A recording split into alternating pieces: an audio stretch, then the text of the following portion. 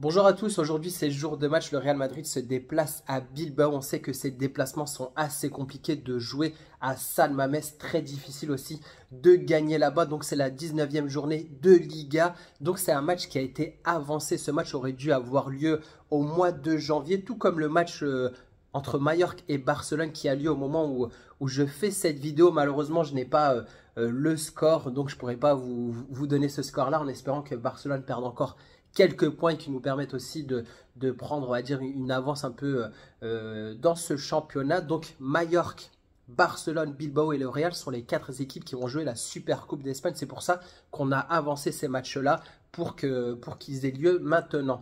Donc comme d'habitude, bon, les abonnés ont l'habitude de voir ces vidéos-là, donc on va revenir un peu sur les dernières rencontres entre Bilbao et le Real Madrid, faire la conférence de presse de Carlo Ancelotti, la liste des convoqués, la compo probable que je vois pour ce match et les pronostics. D'ailleurs, j'en vois certains qui vont pas jusqu'au bout de la vidéo, donc je vous en veux pas, c'est pas grave. Donc n'hésitez pas au moins à me dire votre pronostic pour ce match-là et je vous donnerai le mien à la fin de cette vidéo.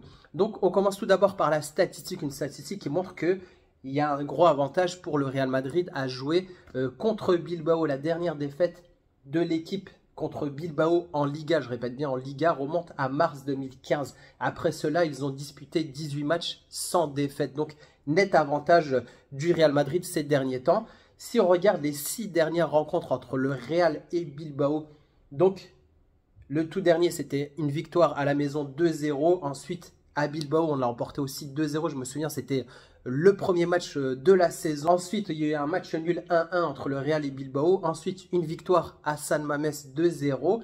Puis une défaite le 3 février 2022. Une défaite parce que c'était lors de la Coupe du Roi et non en Liga. Et juste avant, on l'avait emporté en déplacement à San Mamés. Donc, globalement, ces derniers temps, on ne perd pas contre Bilbao. Donc, juste en regardant le classement actuel de Bilbao, mais le classement à domicile, Bilbao a fait 8 matchs, 4 victoires, 3 matchs nuls, une défaite. Donc, une seule défaite depuis le début de saison. Donc, globalement, c'est toujours assez compliqué pour les clubs qui se déplacent à San Mamés. Et à côté, le Real Madrid ne se déplace pas très bien parce que quand on regarde le classement à l'extérieur du Real Madrid, on est classé 4e. Donc, sur les 6 matchs joués à l'extérieur par le Real Madrid, c'est 3 victoires et 3 nuls. Donc, c'est pas trop ça actuellement sur nos déplacements. Faudra essayer de faire mieux. Je me suis aussi intéressé à voir les meilleurs buteurs, que ce soit dans l'équipe de Bilbao ou du Real Madrid. Donc, dans le trio de tête buteur, Vinicius Junior a déjà marqué 8 buts en saison. Bon, malheureusement, il est toujours blessé, donc il ne sera pas présent. Ensuite, on a Kylian Mbappé avec 8 buts aussi. Et juste après, on a un joueur de Bilbao, Sunset, qui a déjà marqué 7 buts en 10 matchs. Donc c'est quand même une belle prestation de la part de Sunset. Il faudra se méfier de ce joueur-là, en sachant que Bilbao tourne assez bien, parce que sur leurs 9 dernières rencontres, aucune défaite. 6 victoires, 3 matchs nuls. Donc on sait que ça va être compliqué pour le Real Madrid. Mais bon, on est le Real, on sait qu'on devrait y arriver. Maintenant, parlons de la conférence de presse faite par Carlo Ancelotti sur cet avant-match. Donc il parle forcément du match d'aujourd'hui. Il dit le match sera toujours difficile comme toujours. C'est un grand rival. Nous sommes dans une bonne période et nous voulons montrer notre meilleure version contre Bilbao. Ensuite, il évoque aussi le cas des pénaltys. Si jamais il y a un pénalty, qui le tirera? Il dit tout simplement s'il y a un pénalty, ça sera entre Jude Bellingham et Kylian Mbappé qui décideront entre eux. Il parle aussi du retour de Tchouaméni. Il dit Tchouaméni est complètement prêt et on verra s'il pourra avoir quelques minutes de jeu. Il parle de Raúl Asensio. Il faisait vraiment preuve de maturité, de compréhension du football et qui fait maintenant partie intégrante de l'équipe.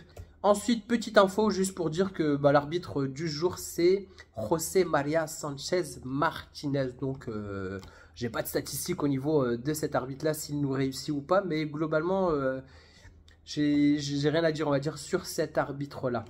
Donc là, on passe aux choses sérieuses. On va faire la liste des convoqués et la compo probable pour ce match. Et ensuite, je vous parlerai de mon pronostic.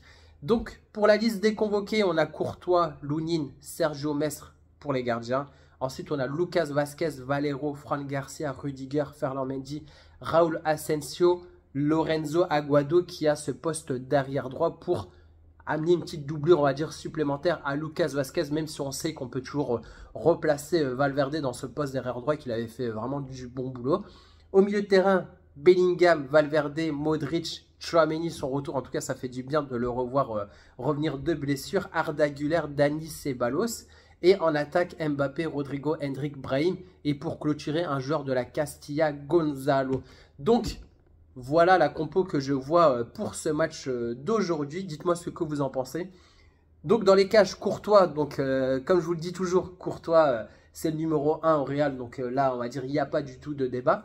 Je vais mettre Mendy parce que Fran Garcia a joué contre Getafe. Et Ferland Mendy, pour moi, c'est... Carlo Ancelotti met toujours Ferland Mendy quand il y a des matchs importants et comme le déplacement à Bilbao est quand même un gros match, donc pour moi je mets Ferland Mendy parce que défensivement il est meilleur et surtout qu'en plus Bilbao a tendance à jouer avec les Williams sur les côtés et donc je pense que je préférais quand même mettre Mendy de ce côté là. Ensuite on a Rudiger, Asensio en défense centrale, donc ça me fait plaisir de voir ce joueur de la Castilla briller au Real. Arrière droit, Lucas Vazquez, depuis qu'il est revenu de blessure, en tout cas, c'est le titulaire. Et là, au milieu de terrain, voilà, je mets 4 milieux. Bellingham, Modric, Valverde, donc le retour de Modric et Arda Güler.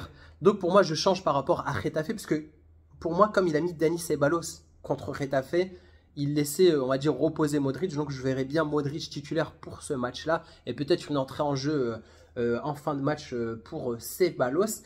Et Arda Güler, je le préfère à Brahim. Brahim, je l'ai trouvé un peu en dessous de son niveau contre Getafe. Et j'aimerais bien voir un peu plus Güler, surtout qu'il serait titulaire selon ma composition. Et je pense qu'il peut faire vraiment du bien dans ce milieu de terrain de Bilbao. Et il serait aussi en soutien un peu des attaquants avec Mbappé et Rodrigo devant. Donc pour moi... ce sont les meilleurs à ce poste-là actuellement. Et j'espère peut-être qu'en fin de match, on pourrait voir un peu Hendrick. D'ailleurs, ceux qui n'ont pas vu ma dernière vidéo, je parle du cadre de Hendrick et de sa gestion de la part de Carlo Ancelotti. Donc, n'hésitez pas à me dire ce que vous en pensez. Mais en tout cas, moi, c'est vraiment la compo que je vois vraiment pour ce match-là. Et c'est la compo qui me plaît, qui, on va dire, est assez homogène. Donc, le retour de Modric et de Güler en tant que titulaire. Je laisse reposer Brahim et Ceballos. Donc maintenant, on va passer au pronostic pour ce match. Donc, je vous dirais, allez, 3-1 pour le Real. Pourquoi je dis 3-1 pourquoi je vois des buts marqués par le Real? Parce que comme je vous l'ai dit en introduction, c'est quand même des matchs assez compliqués à San Mamés.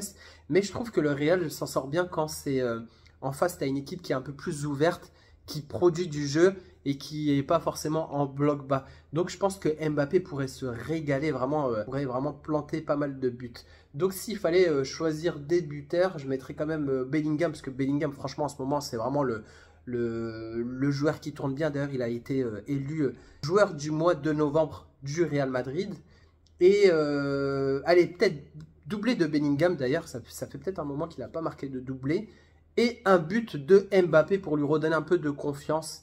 Et de l'autre côté, le joueur dont je vous ai parlé, là, qui a déjà claqué 7 buts, 107, voilà, je le vois bien marqué pour Bilbao. Donc 3-1 pour le Real. Comme je vous l'ai dit, n'hésitez pas à me dire en commentaire votre pronostic. N'hésitez pas à me dire votre compo. Est-ce que vous la trouvez bien, celle que je propose? Est-ce que vous voulez apporter quelques modifications dessus? Donc n'hésitez pas à me dire tout ça. Et sur ce, je vous dis bon match et Hala Madrid.